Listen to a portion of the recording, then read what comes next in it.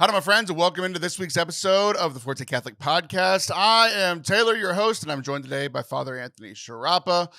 Today, we really get into the weirdness of Catholicism, specifically with two topics, relics and the confessional. I promise you, it is my Forte Catholic guarantee that you will never think about relics the same way ever again, for better or worse. But I have a lot of strange questions for our good priest friend about relics. And I also ask about some of the weird stuff that can happen in the confessional. This is brought on by seeing the confessional in pop culture, like movies and TV shows, and even video games a lot recently. So I have questions just about how he would handle some of these situations that I have seen, just how the reconciliation of the confessional is depicted in our modern culture, what it means for us as normal, regular, everyday Catholics. I hope that you enjoy this episode. If you do, make sure you hit subscribe wherever you are watching or listening. Enjoy.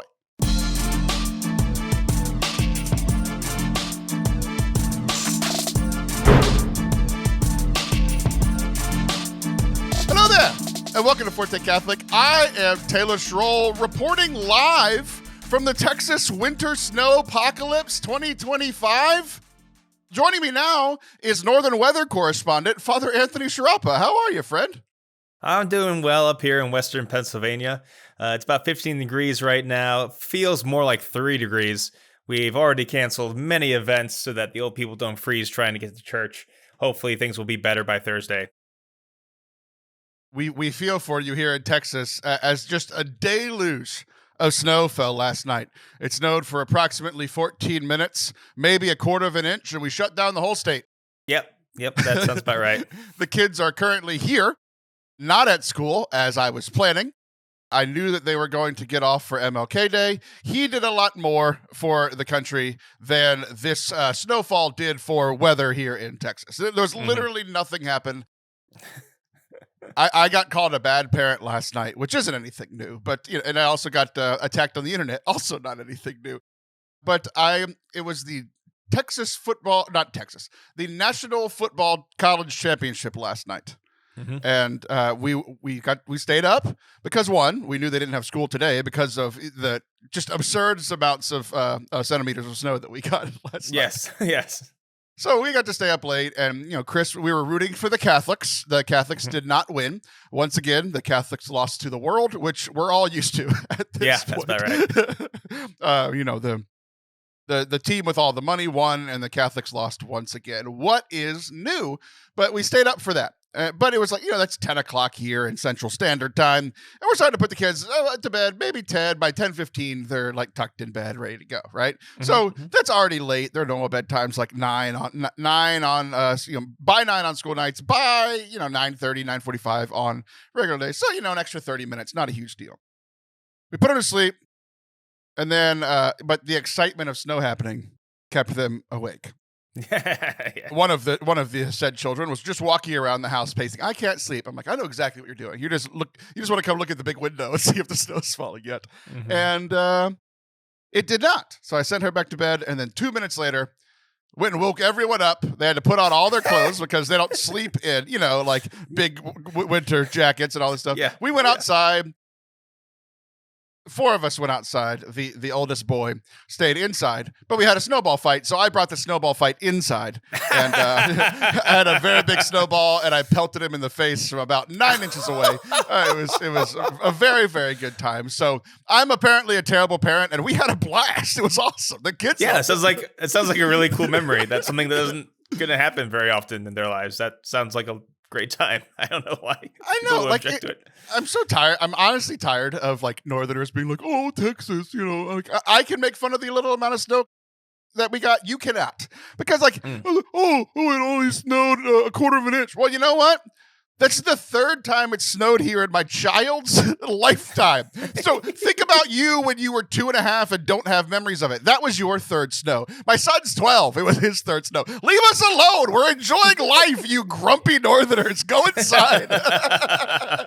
We are inside, and we're always grumpy. That's the problem. Exactly. Leave your seasonal depression to yourselves. Don't put it on us. We're doing just fine. It'll be 65 degrees tomorrow. We'll be okay. Yeah, exactly. Oh, man. So we had a good time. But I have a bunch of random things for you today. Just a bunch of I'm back on my Taylor Schroll mindset of this is the random crap that I think about during Mass. The readings, no. Father's homily, no. This is the stuff that I think about. So I have a bunch. We don't have like one big segment today. We have a bunch of small segments equaling up to a full segment, which sounds kind of like what we're doing, eating meat on Lent and Fridays. There you go. Yes, exactly. Okay. First one. Mm-hmm. There's been a lot of talk about relics recently. Relics. Yeah. You and I are starting to feel like them because we're hitting our upper 30s. But for this question, this all came up around how we were joking that. Or not. We told a really cool story on last week's podcast about how I met a guy who was taught by Pope John Paul II. Like really, really cool story. And so we made the joke that like, oh, we touched his shoulder, became third class relics because he was whatever. So all these people came out of the woodworks, like commenting on the show, or if being realistic, commenting on the reels that we posted about it, and saying like, I was getting text messages like, oh, I shook JP2's hand when he came to America in the 90s, so you should respect me more. I got a lot of those text messages. Nice. Why are you being nice to this random Uber driver, Yes. but you make fun of me after Mass every Sunday? It's like, I don't know, man. Leave me alone. Yeah. But I have questions. And for this question, I'm just going to need some clarification about first, second, and third class relics. So first class relic priest is what? What is some examples? What is it? Yeah. Yeah, a first class relic would be a piece of a saint's body. So anything from like their congealed blood to a hair to bone. There's some weird saints, and I can't remember their names right now. I think, is it Saint Nicholas, I think? And a couple others that, like once a year, their bones exude some sort of strange oil that is collected. That'd be a first class relic. So yeah, super weird. So part of their body. Are they in Italy, and do the grandmas cook with said oil? I'm sure there are people in Italy who have cooked with St. Nicholas's oil. This I take's don't doubt that for a incredible. second. What's your secret? I can't tell you. I can't tell you. You'll never speak to me again. Let's see. Dead man's bone oil. That's what it's a secret sauce. Yeah, exactly. Okay, that's first class relic. Yeah. Second class relic is what? An item that was used by the saint. So, for example, I have a second-class relic of, actually, I just gave it to my brother, of Pope John the 23rd's a ribbon from his missal that he used at Mass, to pray Mass.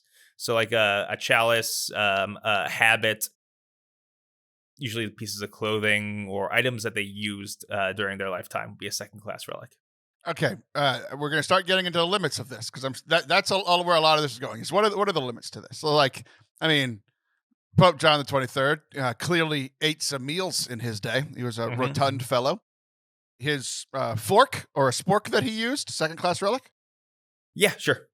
Okay, so it didn't have to be used for a holy purpose. It could even be used for a sin, as in gluttony.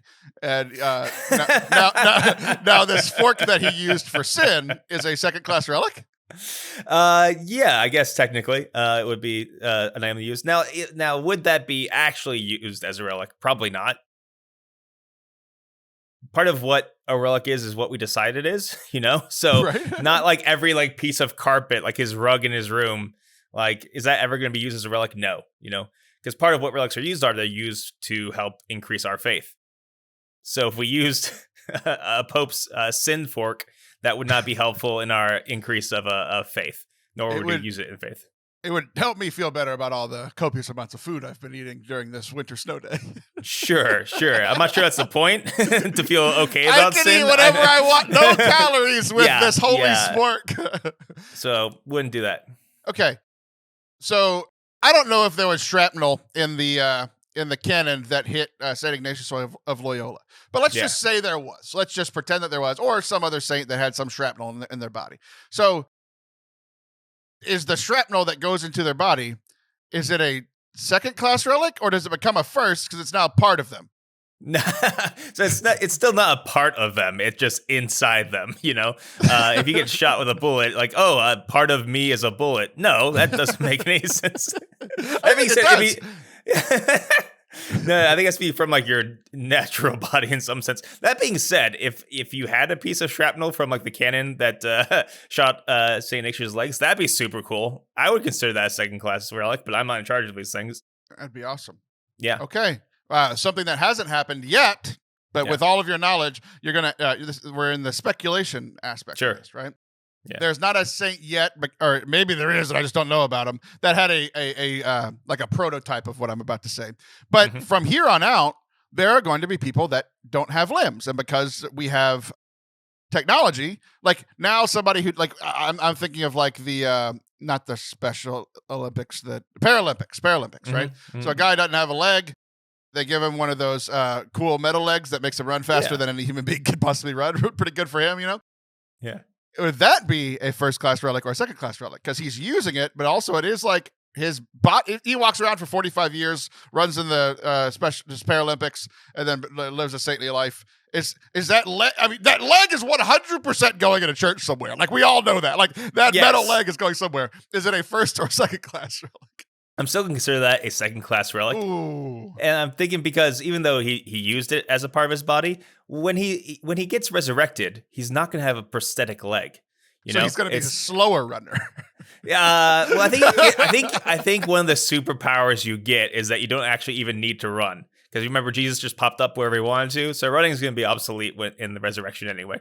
So yeah, exactly. You can just sit the entire time in heaven in a recliner and just boop, pop up where you want to be. I can get more rotund with Pope Saint John the 25th. Absolutely, and it'll be okay then. Okay, so we've done first and second. What about third class relics? What is the definition of a third class relic?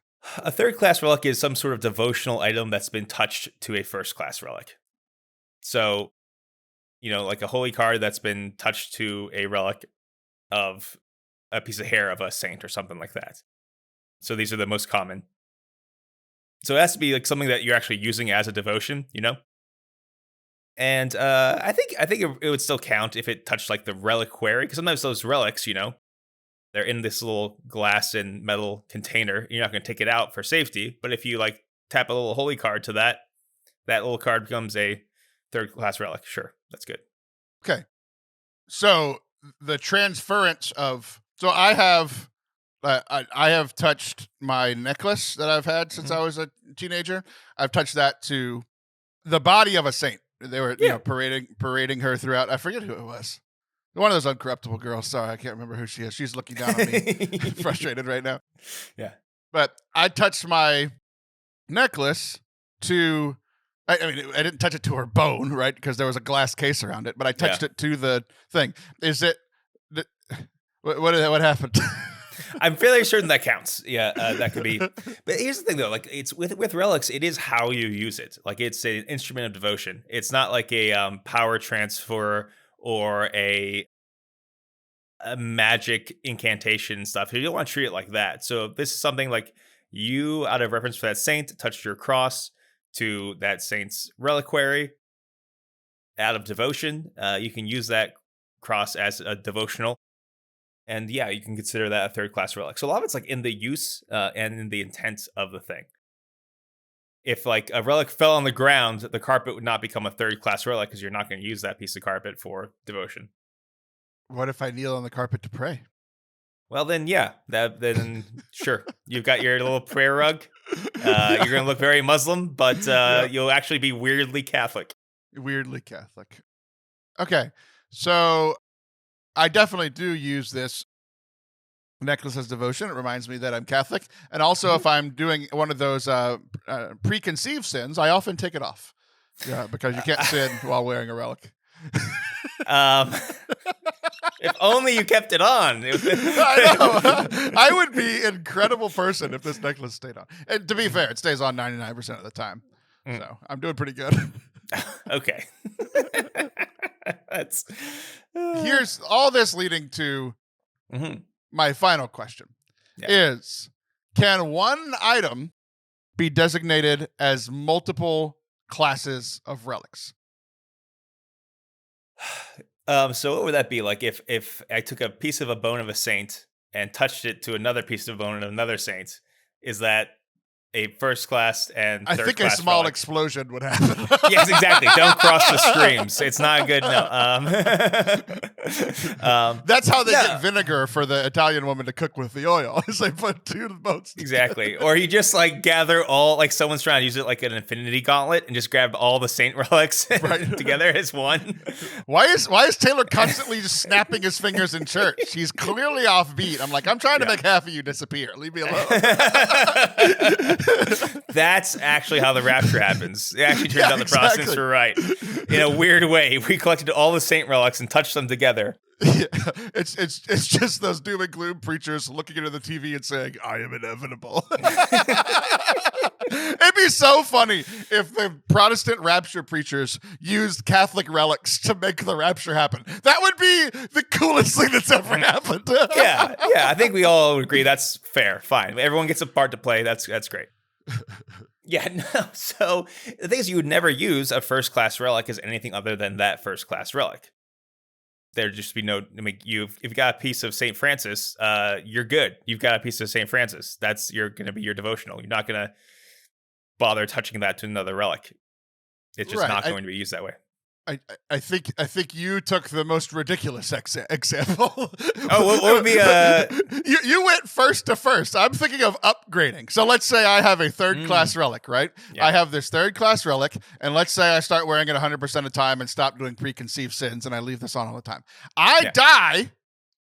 This is a third class relic from Saint Little Girl who died and is incorrupt, and I touched it to her little coffin thing or whatever. It's currently a third class relic. I die, I somehow become a saint because I left my necklace on the other 1% of the time for the rest of my life. And I am now the patron saint of podcasting because I died first. It's not that I was the best podcaster. It's just that the rotundness earlier made me die before all the other podcasters, and I got there first. Like that's what's going to happen in this scenario. I die. That is now a second-class relic, correct? If I become knighted by the Lord. Yes. If you become knighted by the Lord, that would be a second-class relic. That's interesting, though. So I think what would probably happen is that a part of your hagiography, the story of you becoming a saint, would definitely include this story of this cross that you had. And I think people would know about your devotion to a saint who you can't remember. Yeah. That would make a lot of sense. That's how most of my devotion is. I don't know what I'm doing, man. I'm just trying my best. Yeah. But I think it would still be used primarily as a devotion to you. To Saint Taylor. Oh, dude, devotion to me sounds incredible. Maybe that's why I'm not ready to be a saint yet. Yeah. I think you would like it too much. Oh, someone finally likes me. Nobody liked me on Earth. They finally like me now. What happened there? Oh my gosh. All of my human life is junior high, and heaven is adulthood. I'm going to look back and be like, nobody liked me back then, but everything's okay now. Now you want something from me. Now I'm used to you. That's hilarious. Yes, because everyone in heaven holds grudges, so that makes sense. I'm going to be there, and I'll have a couple, probably. I'll sneak through purgatory with those last few grudges, and I'll be the one person in heaven being like, why do I have to run? Nice. So I was thinking too, just about like what would be an example of a second class relic. Like, again, I would have to, there was adamantium in my room and I fused it to my bones and became a saint. Like, I don't think we're going from second to first, but I think going from third to second. And I'm wondering if that's ever happened in history. I don't even know if relics could upgrade, essentially get upgraded from coach to business class, and then I think business class to first class is too hard, going from second to first. But third to second, I would imagine is pretty easy because, as you were mentioning, you were like, anybody who becomes a saint had devotion at some point and probably had some knowledge or at least proximity to saints or some relic at some point, right? Like you and I went to that church that had 90 billion relics in it. It's like that had to help you grow in holiness at some point, I would just I wanted to try to find a way to, like you were mentioning with Thanos, collect them all. Like I wanted one piece that was a third class, a second class, and a first class, but I guess that's impossible. Yeah, no, because and now I'm thinking about it, like if you had a first class relic, you die, you become a saint. That first class relic is still the first class relic of that saint. So it'd still be like if you had your Saint Francis, first class relic. It'd still be St. Francis first I, class relic. I think I've got it. I think I've solved it. Okay. I think I just did it. And it's all because of a podcast I listened to earlier about sports, hosted by another bald guy. This is going to become very important here momentarily. Don't you have to be a bald guy to host a sports podcast? I believe so. Isn't that a rule? Yeah. To be any good at it. Yeah, for sure. That's all podcasts, actually. That's why I never podcast anymore. Kept too much of my hair. Yeah, exactly. It's that. Yeah. Here it is again. That hair getting you in trouble once more. Yep. Okay, here's the thing. How's this going to work? There is a first class relic, like you were mentioning, of someone's hair. Yeah. I go do what a lot of bald guys are doing now, and I pay the $5,000 to go to Turkey, and I get hair plugs. Yeah. And either by accident or on purpose, I think either are funny, that the first class relic of a saint's hair gets put in as my hair plugs. And I come on here with luxurious hair and look amazing, but I'm a worse podcaster because of what we've already discussed. I then have these hair plugs of a saint with my beautiful, luxurious hair, right? So it was a first class relic, and I was near it before it went in, and I become a saint. So it was a if I become a saint, it was now a first class relic of somebody else who died. It was a second class relic because I was near it and I was a saint. It was a third class relic because I touched it before it was part of my body. And then now it is a double first class relic because it was in the head of two saints. We did it. I now it's a first class relic twice, a second class relic, and a third class relic. I think I did it. I think I gauged the system and we win. If I agree with you, can we change topics? Yeah, I'm about done. Yeah, sounds good. Sounds good. Yeah, That's it. That works. Yeah, it's official. There are people in the Vatican like, damn it, someone figured it out. Shut him down immediately. Shut him down immediately. Okay, my last question about relics. It's okay. It's okay. This is the least silly. Is I always heard that second class relics had to do something with proximity. So you said it was something that they used, but I was thinking like, okay, let's say you become a saint. Because we're done with me now because I won. So you become a saint, and like obviously like your lectionary that you prayed with and your breviary that you prayed with would be second class. But like other thing, I've also heard like proximity, like stuff in your office. Like you work in your office. Like that's just, like I know that isn't your, but you do some work in the room that you're currently in. Yeah. So like that cross behind you, it's like you're not using it right now, but does it become a second class relic because it was in the vicinity of where you were? Yeah, that's a good question. In your room, like all the other items in your room that aren't like specifically for prayer. That big sword that I know you have hanging from your wall. Yeah, my sword is right there. I would say, this is me spitballing here, that if it was used in my vocation, then yes. Like if it was just like I had a candy wrapper in my room and it was in the corner for like 3 years, which is very likely. Would that be a relic? No, I don't think anyone would consider that relic. But if it was like a cross in my room, which even if I'm not constantly holding it or something, that is something that is a part of my faith journey that was close to me, that influenced my vocation, I would consider that maybe a second class relic. So me kind of spitballing here, I think it has something to do with your vocation and your life. Because, like, I don't think anybody would be super inspired by a candy wrapper that was just in the corner of my room for, 5 years. Okay, let's stick with the cross, because the cross actually helps with my final question is about proximity. Like, how far does this go? Because you have the cross in your room, and I think we're both in agreement that would probably be a second class relic. Yeah. There's also a cross in your hallway. Yeah. Does that work? There's also a cross on the top of your church. I would say this is why There's also a cross that you drive by at the Protestant church next door. Does the Protestant church's cross become a second class relic? Yeah, no, that's good. No, definitely not the Protestant crosses. Those are never can be relics. Only crucifixes. Exactly. Only crucifixes. Exactly. Only Catholic things. Statues of praying hands, never a relic. I would say that's why, like, I said use, but probably maybe another like understanding would be like ownership. Like, because there's crosses and artwork in my rectory that they don't belong to me, so I'm around them a lot, but they're not mine. Where I'm getting, the church would, we know how the church works. They would absolutely sell everything there at a profit and try to get as many things to be a relic as possible so they can make some money. Maybe. You know what's interesting? I can tell you actually a story about relics because I recently received that. I told you about that relic. That's a ribbon from Pope John the 23rd's, I think. A priest in my diocese was actually a part of the process of his canonization. They accepted a miracle that happened to him, a healing that happened to him. And he sent in his miracle and stuff, and they wrote him back letters and stuff. And he asked for relics, and they sent him some.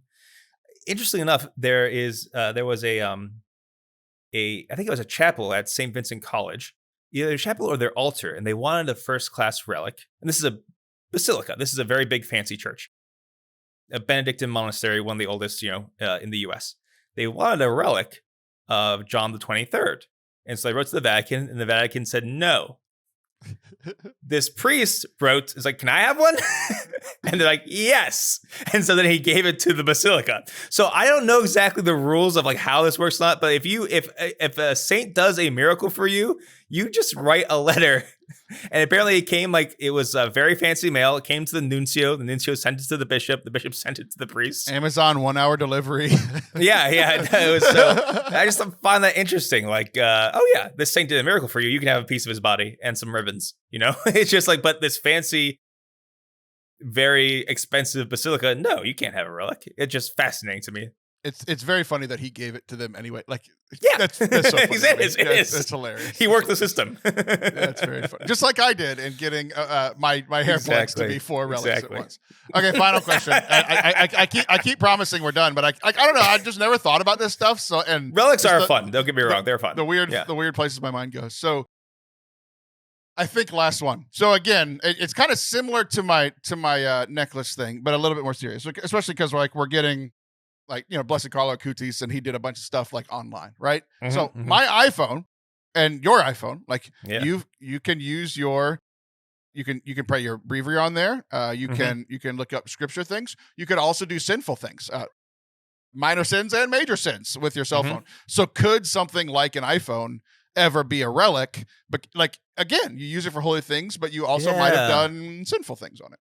Sure. No, that's a really good question. That's because it's interesting because what is a phone so much? Oh man. Because in one sense it is it's a physical item, but we use it for digital means. This is like a Father Harrison question. I doubt it would be. You know why? Because he's a good podcaster because he's going bald. Yeah, exactly.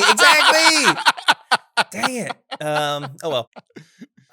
I doubt, because I use my iPhone for my breviary most of the time.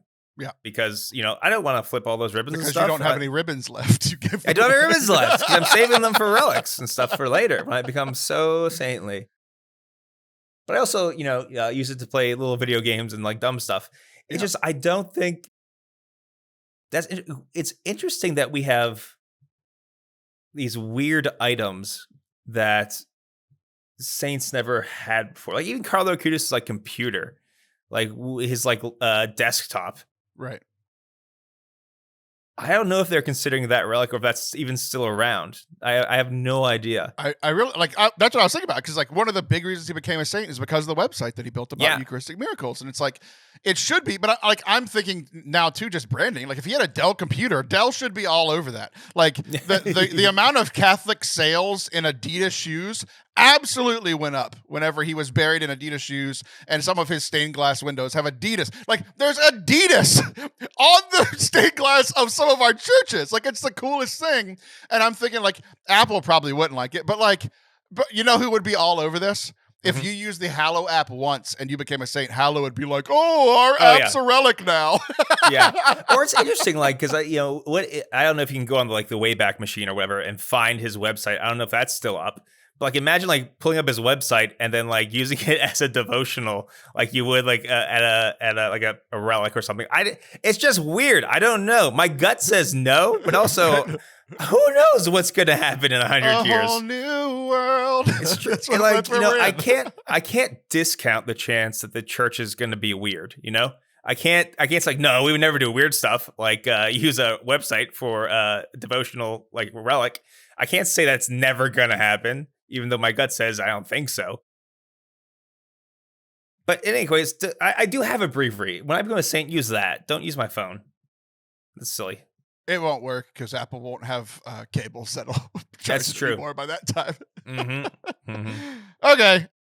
That's it. Remember when I won the argument and my hair follicle became 4 relics? Okay, segment over. We're done. Okay. Now we're back to your favorite topic to discuss with me. Okay. I have more strange confession no. scenarios for you. Okay. Here we go. Okay. I'm not going to try to go to confession again, but I am going to use me going to confession as one of these examples. Okay? Okay.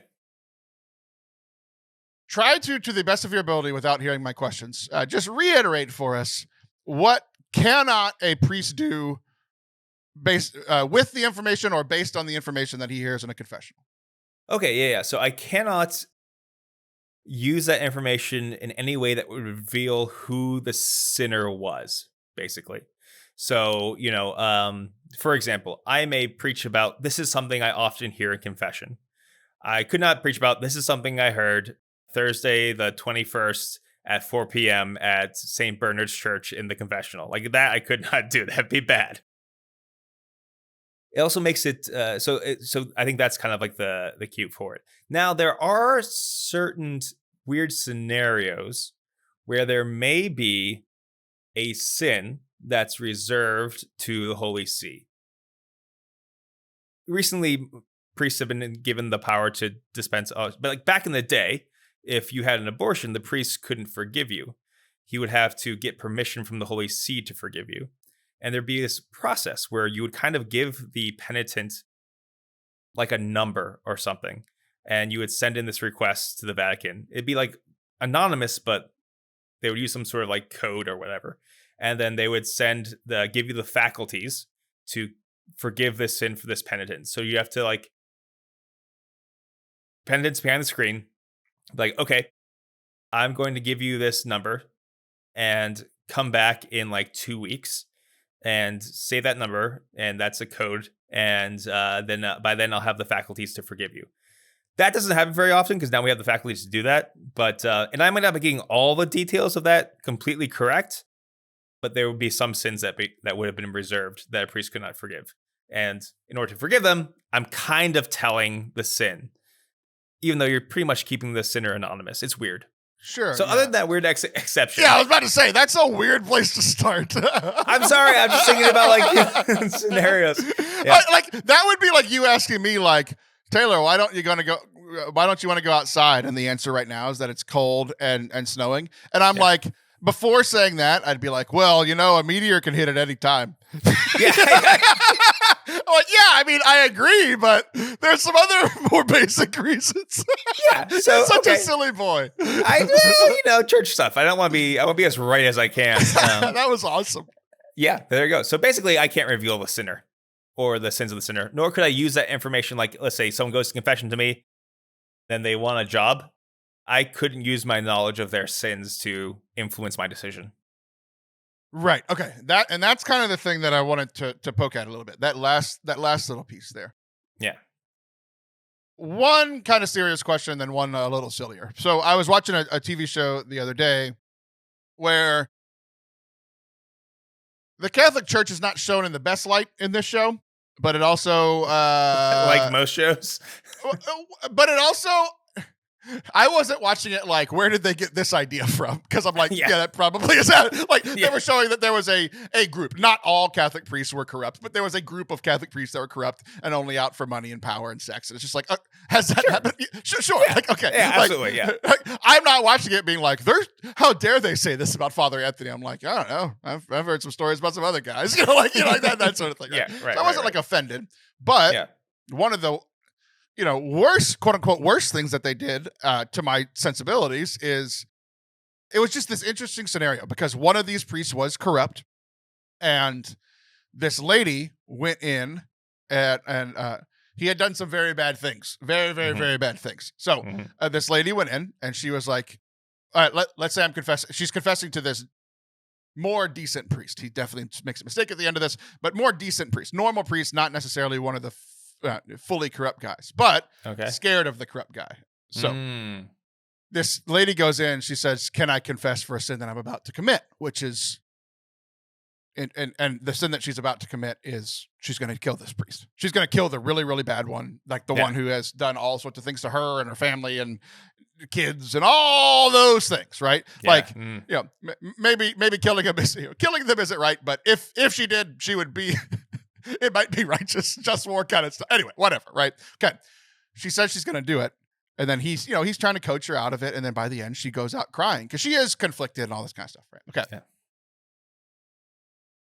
Yeah. Somebody comes in and says that they're going to commit a murder. Mm-hmm. What can you do? What can you do at all? If it's in the context of confession, so like they're going to confession. One, I mean, I could not forgive that sin. You cannot, because there's no contrition. You're planning on doing this thing. So so obviously there's no forgiveness there. In fact, you've added on top of yourself a mortal sin of abusing the sacrament, and so that's bad. I'm of two minds. One is, if it's in the context of confession, I couldn't tell anybody what they said, right? But if they are purposefully going there to abuse the sacraments, my question that I'm thinking about out loud is, are they going to confession? Like, is someone who's giving me this information about what they're going to do, is that really them going to confession? Or is that them just walking into the room and messing with the priest or trying to assuage their guilt? So I think it would very much depend on, like, if, like, in the story of that lady who's very conflicted and stuff and probably doesn't know a lot about. She's in there crying. She's like, I don't really want to do this, but I feel like I have to protect myself and the people around. Right. I'm not saying what she's doing is right, but she's definitely, I mean, not contrite enough to not do the sin, but there is some contrition there or sadness there, right? So my question is not that, but like, I think she is genuinely trying to go to confession. She's failing at it, but she's trying to. I think in that scenario, you could not tell the person. I'm gonna hold out a maybe. You could say something if the person was straight up going into a confessional box in order to abuse the sacrament, in which case, like, they're not going to the sacrament. See that difference? I think that is my guess. It's tricky. Yeah, it's tricky, but I guess I see the distinction you're making there. So that decent until this moment priest ends up telling the other priest, not because he thinks he's doing the right thing or the righteous thing. It's because he thinks if he doesn't do it, this guy's going to kill him. So like people do things because they're afraid, that sort of thing, whatever. Yeah. Right. But that got me thinking of just practically what would you do? So you're the priest in there. You're a good priest trying to do the best that you can, all this kind of stuff. Somebody comes in, like modern day, and forget about this lady or whatever. And they're like, look, I committed fraud last year and I have to do this. I'm gonna do it again. Like I'm sorry for the last time that I did it, but I'm going to do it again. What are you as a priest gonna do there? So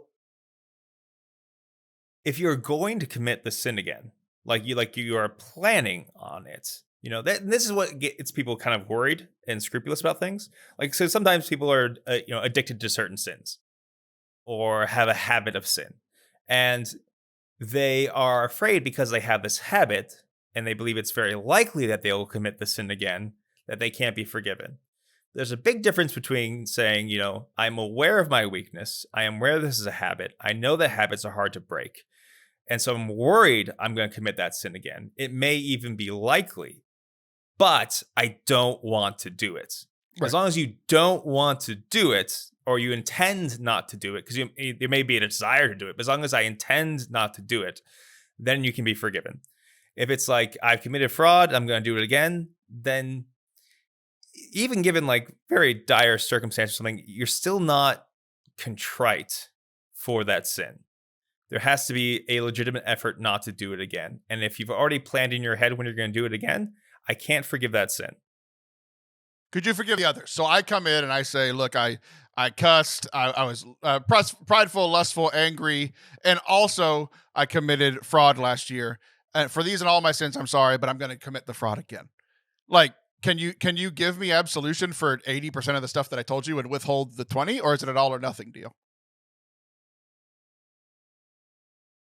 For all the other sins, I'm like a normal person. I'm sorry for them. I didn't want to do them. I did them. I don't want to do them again. Will I? Maybe, maybe not. But the other one's like scheduled, like it's in my TurboTax. I'm ready to go. So. Yeah. Okay, so so this is gonna be Father Anthony theologizing, because this is not a. And that's kind of what I'm asking. All of this is like. Yeah. Like I come in with exactly what I just told you into your confessional in Pittsburgh. You don't know who I am. Like what do you like? That's what I'm trying to get to. Not the theory. It's just like, what is Father Anthony doing? When What happens? am I going to do? I think because what's the other name for confession? Reconciliation. And if you intend to commit this sin again, you do not intend to be reconciled with God.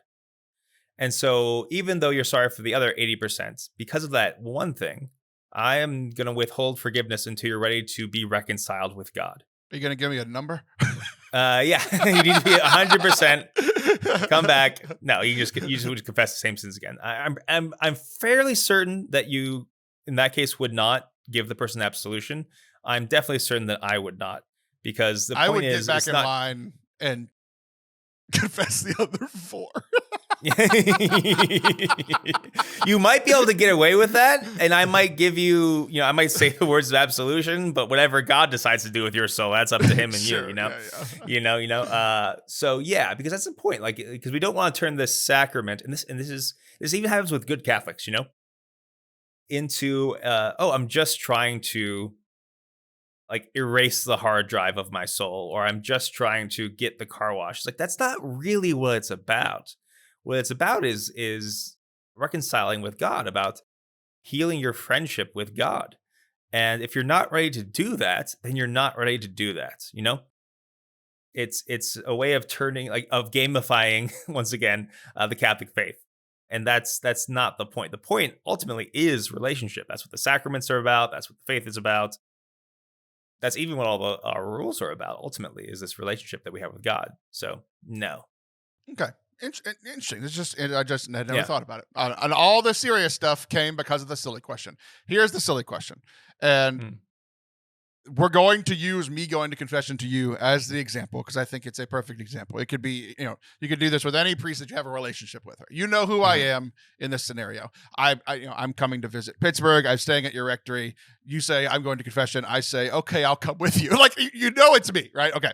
So even to say that it's me, let's just say we're going face to face. I know that I think both of us prefer behind the screen, but let's just, like, you clearly know that it's me. Within the context of my confession, I say things about you. This is all going back to the you can't react, or you can't act on anything that you hear in the confessional, right? And I'm not saying that I would do this, as let's just say that I did, right? I go in and I confess all of my sins, and all of my sins are like you talked about, the same ones that I probably said to the last priest last time. They're all sins that I feel sorry for, that I'm in a pattern of doing. It's hard to not do them. Like, I am sorry for them, right? Yeah. But in the context of that, I say something to the extent of, and there's this priest that I don't like, but I have respect for. It's actually you. There's this priest that I have a ton of respect for, but I actually haven't liked him in years. He rubs me the wrong way. Everything that he says is stupid. I actually don't like him. I just want you to know that, like, I forgive you for all the times that you've hurt me, but like, I don't look at you the same at all. When I look at you, I feel disdain, like, but out of loyalty to the church and to this podcast, I'm going to continue recording the podcast with you. But like, these are just the feelings that I'm struggling with. I'm sorry for all of my part in it. I really am. But like, I just felt like I needed to come clean. And every time I look at you, I feel disdain, and I'm sorry for that. For these and all my sins, I'm heartily sorry. So like, for this example, I'm completely sorry. What are you gonna do? Oh, this is not theoretical, Taylor.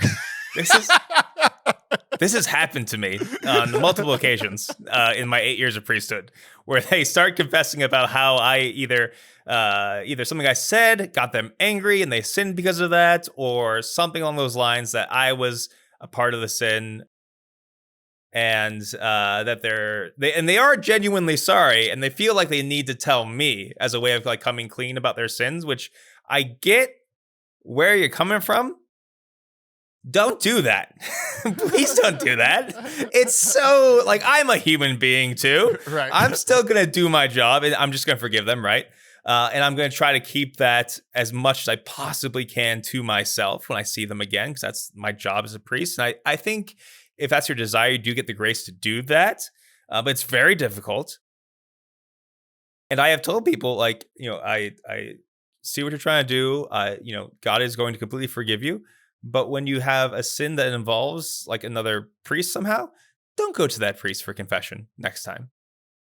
Just, it's easier on both of us, and we don't have to do that, You'll say that to them, like you'll I do. say I have to said them? that. Okay. I have said that. I was again. I know that we're on a podcast and you're talking to the audience, but I also I want to know like what you actually would say. Okay, that's good. No, I would say that, and like it's because the person really is trying to do the right thing in that case. Right. They're like, okay, but it's like, okay, but you don't have to do this, because it's very difficult, because you're bringing confession is such this like intimate moment between you and God, and you really don't want to bring the priest into that, his humanity stuff, because that's just going to be difficult for the confessor, and it's going to be difficult for you as well. So if like a priest said something or hurt your feelings or did something like that, and because of that you lashed out in a way or did some sort of sin, you may think to yourself, I think the best thing to do would be to go to confession to that priest. Don't do that. My suggestion would be go to confession to another priest. And then if you need to have a reconciling conversation with that priest, do it outside of the confessional. Sure. Yeah. Do it as as a one Christian talking to another Christian. Don't do it as a Christian talking to Jesus while the priest is also kind of there, because it's weird. It's just a very weird. That would be a weird example of the scriptural thing of if you have a problem with somebody. If I have a problem with somebody, I should go directly to them. So in that case, I would go directly to you and we would hash it out. But let's just say it doesn't get hashed out. What does the Bible say next? I need to go to a group of people within the church and discuss that. So we all go to you. What's the solution after that? Back to you. We have to go to the priest. That's a very funny example. Yeah. I see what you're saying. Like, I'm glad that you would say, like, give them practical advice. Like, hey, I understand what you're doing. I absolve you. Correct words, blah, blah, blah. But like, probably best if you do this to somebody else in the future. But it still happened. I think that, like, honestly, I think that's the hard, like, if I told you that, how hard would it be for you to come do the podcast once a month? How hard would it be for me to come stay at your rectory every other summer? Like, I think that might be one of, I don't know, it got into my brain. I was like, I think that might be one of the hardest parts of priesthood. Isn't the decision to absolve, not to absolve? That's because that doesn't happen all that often. But like the not acting on it, like if I told you that I don't respect you in the midst of, and I feel disdain for you every time I look at you, you would know, like, we're going to record in a month. You would know that when we recorded that. Like, how do you not, like, okay, I can't act on it, but it's like, I don't know, just as a human being, like, grudges and, like, just, even if it's not a full-on grudge, just calluses, Bill. It's just like, so you would stick on, I know you well enough, you'd probably stick on 3, 4, 5 months, you'd stick it out, and then something would happen on the 5th month, and I said something randomly wrong, you'd be like, that's it! I'm gone, when you wouldn't have been gone if you weren't already mad from the thing 5 months ago. Like, I just don't understand. Like, I'm thinking, like, if I was in your position and the priest in that scenario, it's like, okay, I'm not going to act on that, but the first chance that I have to, like, they don't get 3 strikes anymore. They only get 1. Like, I don't know how I wouldn't do that. It's just so tough. It is. It's something that we don't think about very often, but it's true. And I don't say this in any way to diminish, the evil things that have happened to penitents in the confessional. This is different topics. But people don't realize how vulnerable the priest is in the confessional. Yeah. Because, what if someone comes to you in the confessional as a priest and they say something like, I have lustful thoughts about you. And you are this person's parishioner. And even if and you have to see their face and see them looking at you all the time, on the altar, that's a very difficult thing to deal with, right? And because you cannot act on it, and you have to still be merciful to that person, right? The priest is in a very vulnerable position. Or they'll, sometimes confessees will bring up stuff about what a priest said in the homily and like, oh, it was you. And you know what you meant by it, and they heard something different, but I can't address that in the confessional, right? It's a very vulnerable place for a priest to be. And there is this human side of the priest as well. And this is why a priest needs to have a really good prayer life. Even like to the extent of like, worrying whether or not I gave, even like apart from the sinful stuff, like did I give good advice or did I do a job? It's very hard to talk with other priests about it. You can if you're careful, and I think it's an important thing to do. But yeah, the priest can be very vulnerable in the confessional. I guess I just never thought about that part of it, and maybe that's the most difficult part for all the priests. But I was just trying to put myself in y'all's shoes of like, dude. I think just I've talked for the last couple of months just about how anger and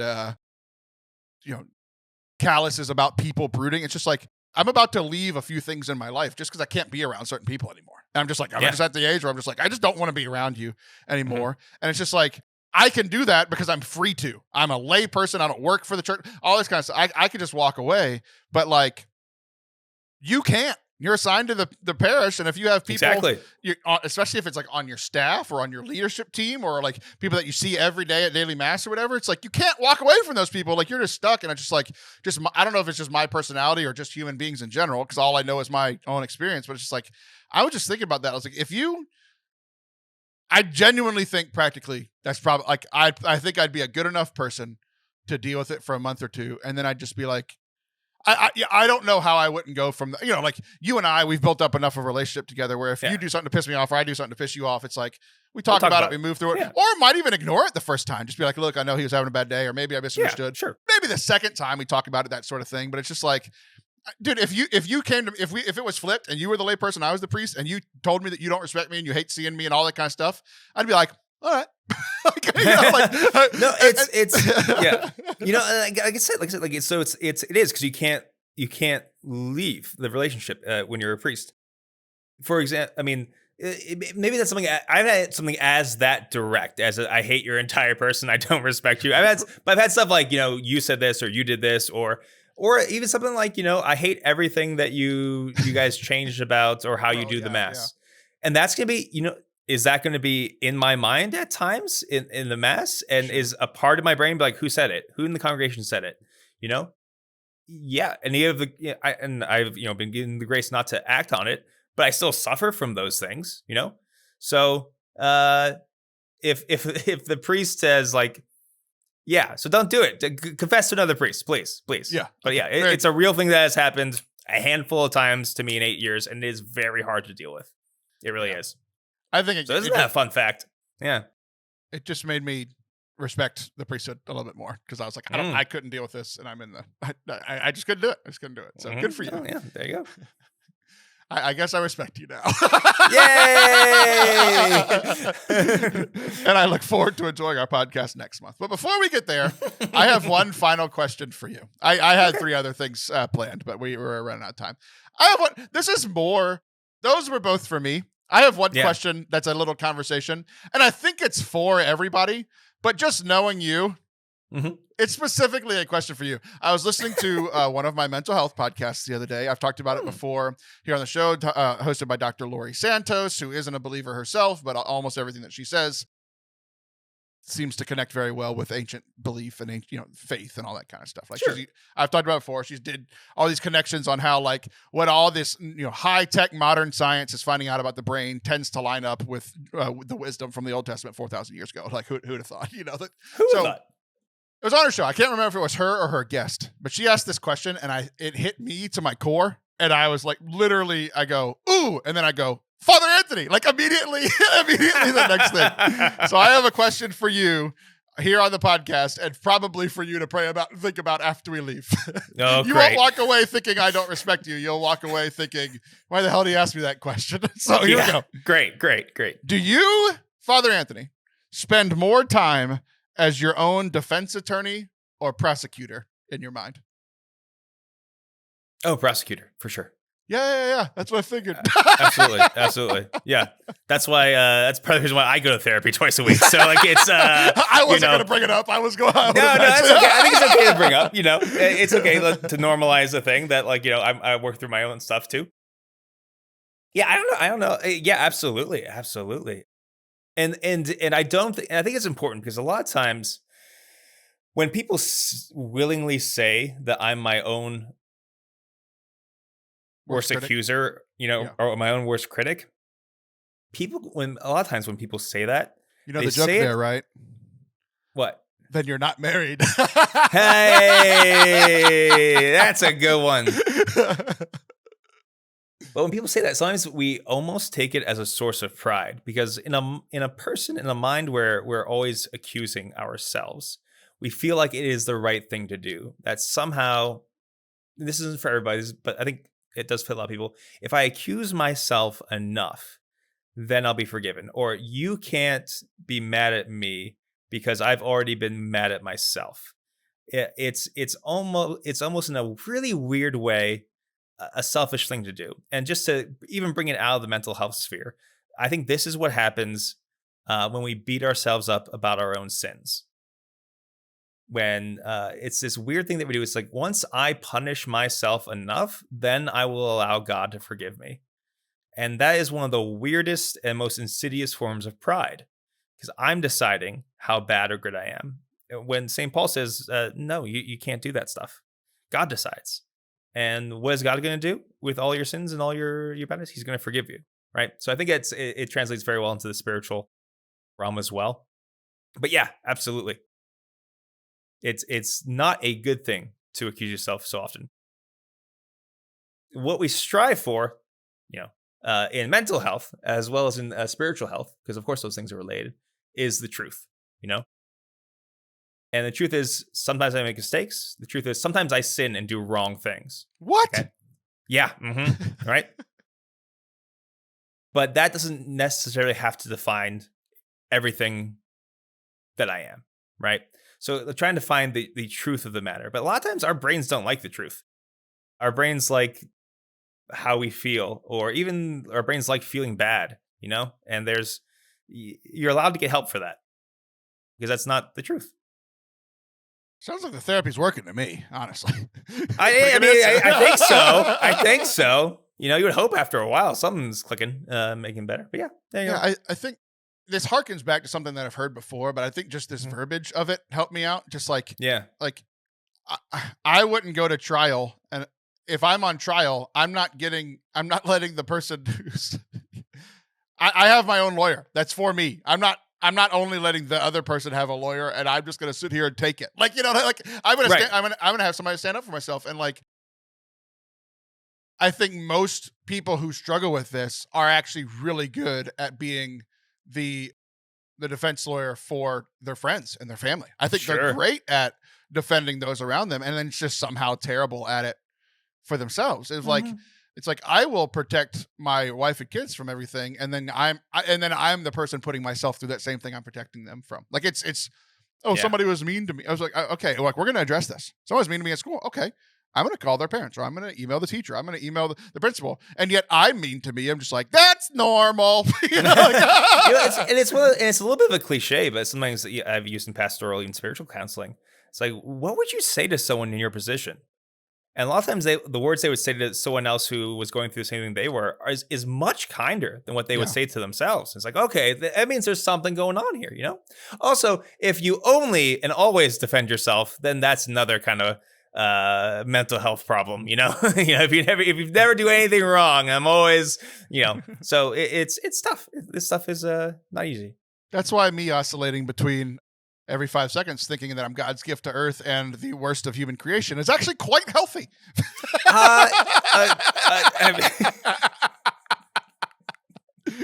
The crazy thing about me is that I'm both of these lawyers every 5 seconds. I'm just arguing with myself all day. Yes, that sounds good. I'm the defense attorney and the prosecutor, and I'm very good at both. I was watching... I'll probably do a video on this that expands upon this and a little bit more of the plot points, but I haven't done one of our A Catholic Perspective videos in a while. because I've mostly just been watching stuff with my kids and enjoying family time or whatever. But one of the shows that I've been watching with my son, and my daughters come in and out, but we've been watching the old X-Men cartoon, like the one from the 90s. Or and mostly it's like the animation is just terrible. It's so hard to watch now, but the stories are good. I think like there's some really cool arcs, and then some boring arcs, and then just mostly okay. But we're in season 4, and I'm gonna do a video and go through the plot points of this whole arc. But one of these arcs is you meet Nightcrawler, and I think it's one of the coolest Catholic things that's ever happened. Like, he is so openly and reverently, and he's a good Catholic monk. He could be a saint. Like, it's insane how good he is in this show. And like all of the X-Men, especially Wolverine, definitely have this moment of like, he's Wolverine. He's been in all these wars. He feels bad. He's gruff. He's angry, but he wants to be a good person. He's constant. He's like, I think I connect. He's my favorite superhero for a lot of reasons. He's gruff, angry, mad at the world, but also trying to be the best that he can be. All those kind of stuff, right? So they have this Catholic. He has this experience, and then the next episode, it's seemingly all disconnected, but it actually comes back about 3 episodes later. So it's this like 4-ish episode arc. We're in the middle of it right now. He has this Catholic experience with Nightcrawler, and then the next episode they're fighting against this monster. I promise this will all make sense in a minute, and it will connect to what we're talking about. He's this monster that like just warps reality, but it's not permanent. It just makes you feel the feelings. So Wolverine gets shredded. He gets melted, and then he gets pulled in half. Like, and then melts. No. So like he feels it, but it doesn't kill him. Like when the monster goes away. And speaking of proximity, when a monster gets, a few hundred yards away, Wolverine's back, but he's sobbing, which is like, seeing Wolverine sobbing is like shocking because that's not who he is at all. So he goes through that. And the next episode, Magneto shows back up, which we all know how Magneto versus a person made of metal goes, right? The guy who can control metal versus a guy made of metal. Magneto's going to win that one, right? So he's just had this faith experience, and then he gets shredded in half and melted. And then he loses a battle where he's trying to protect the X-Men and Charles Xavier primarily, and he can't do it, right? So he is feeling... He's feeling lost. He's like, I had this faith experience, and then I got ripped to shreds, and then I feel like I can't, the thing that I'm built for, to protect the people that I love, I can't even do that. So he's like, I'm going to go to Japan, because he had this really good experience after the war of going to Japan, all just like the calm and it's a different religion, but it's similar kind of things, like finding peace, all this kind of stuff, right? But the thing that makes him leave to go to Japan is after all that bad stuff happens, he's driving in a car with this teenage girl who's an X-Man, Jubilee. She's an X-Man, X-woman, whatever. And he's like the dad or big brother that she's never had this whole, like, so they have a really cool dynamic as an adult and this teenage girl, and he's kind of whatever. Yeah. They're driving in the car, and this punk teenager cuts them off in traffic. So what does Wolverine do? Gets out of his car, pulls the teenager out of the car, and is about to pummel him. And then Jubilee, the teenage girl, grabs him and is pulling him off of the guy. And all he does is flick his arm, and Jubilee goes crashing into the car. So now he's gone off on a random person that he doesn't know, but he's also hurt Jubilee when like his whole thing is like, I'm here to protect literally people like her, and literally her, right? So he's like, I can't be here. So he's like, I can't be an X-Men because I'm a monster. I'm an animal. I have to take myself out of this situation, right? But at the end of the episode where he goes to Japan, of course, it's X-Men, so all these bad guys show up, and he ends up realizing that like my purpose as Wolverine isn't to be a quiet monk that lives in Japan. My purpose is to protect the people who need protection. And bad guys come to the village, and he's able to fight them off. Okay, cool. But then he's about to lose that battle, and who shows up? None other than Jubilee. She shows up, she saves him, she saves the day. And it's this whole thing with Nightcrawler comes back in his vision. He's having all these visions of all the bad stuff that's happened, and Nightcrawler. He's like, you are not only who you think you are, you're actually probably more who other people think you are. So if you would have asked Wolverine who he was, he was gruff and angry and a menace and an animal and scary to all those people. That's all he could see was all those negative things. And meanwhile, Jubilee was there because she was like, look, you've literally been my protector and the person teaching me how to be an X-Man for 4 seasons. You made one mistake. You pushed me. Like, I'm a superhero. I can deal with it. Should you have pushed a teenage girl? No, but like, it's literally like, this is the one thing you've ever done. And you're like a father or brother to me or whatever. She comes to protect him. She's like, you're like, all we see you as, Logan, is a protector. And it goes through this montage of all the times that he was the only one left standing at the end of a fight. He was the one willing to risk everything. He was the one helping Charles Xavier up when he gets knocked over because he doesn't have, his legs don't work. Like, he's like, they all see him as a protector and they love him despite his flaws. And yet he could only see the flaws. And I'm just like, oh man, like that's me. Like, I don't have adamantium running through my bones, but it's like, I often see myself as only my negatives whenever, if you ask like my wife and kids, maybe not my wife, maybe she'd have mixed feelings, but my kids would be like, he's the protector. He's the most loving and is the coolest person. And he let us play in the snow really late last night. He's awesome. So I don't know. It's just a perspective shift of like only what's going on in my brain versus the perspective of the others around me. So.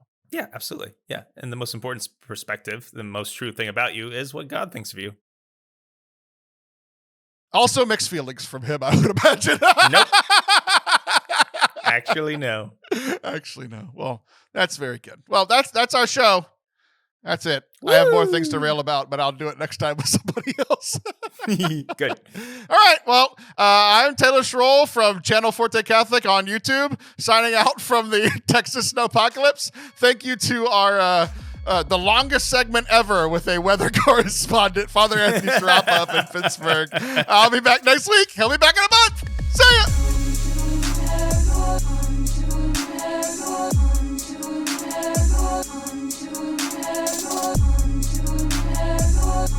Thanks for hanging out with us today on the podcast. I really appreciate it. Every time that you listen, watch, it just brings me so much joy. Thanks for being here and a part of this community here. If you want to support the work that we are doing, we are a Catholic nonprofit, which means that this entire thing is based on generosity of people like you and in particular you. ForteCatholic.com/donate is the way that you can either give a one-time gift or join our monthly support team. It would be a great way to help us kick off 2025 if you would do that. ForteCatholic.com/donate. Check out all the other stuff we have going on, especially over on our YouTube channel. Not only do we have the full-length episodes of this show, but we also have all kinds of Catholic teaching, Catholic speakers, Catholic music, all kinds of stuff. YouTube.com/ForteCatholic.